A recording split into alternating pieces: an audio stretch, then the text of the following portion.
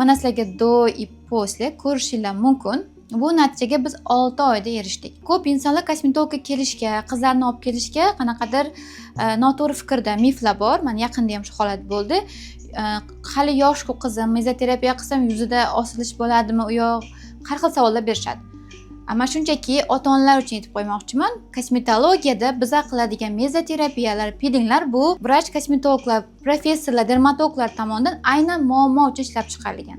Ya'ni akne uchun qilinadigan mezani tarkibida taurin bo'ladi, misol uchun sink bo'ladi, salitsilik asid bo'ladi. Ya'ni nimaga olib keladi? Bu sebumni ortiqcha yog' ishlab chiqarishdan akne paydo bo'ladi. Mana shu sebum normallashtirish uchun, akneni ildizdan quritish uchun, davolash uchun ishlab chiqariladi. Shuning uchun ham buni o'ylanadigan tomonlari yo'q.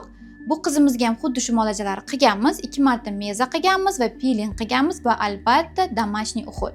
Bundan tashqari uyga beriladigan tavsiyalarni vaqtida qilib kelgan va natijani mana o'zingiz ko'rib turibsiz. Agar siz ham akne o'rgidan aziyat chekayotgan bo'lsangiz va uni tezda davolamoqchi bo'lsangiz, pastdagi raqamlarga yoki direktdan yozing, adminlarim sizga qabulga yozib qo'yishadi.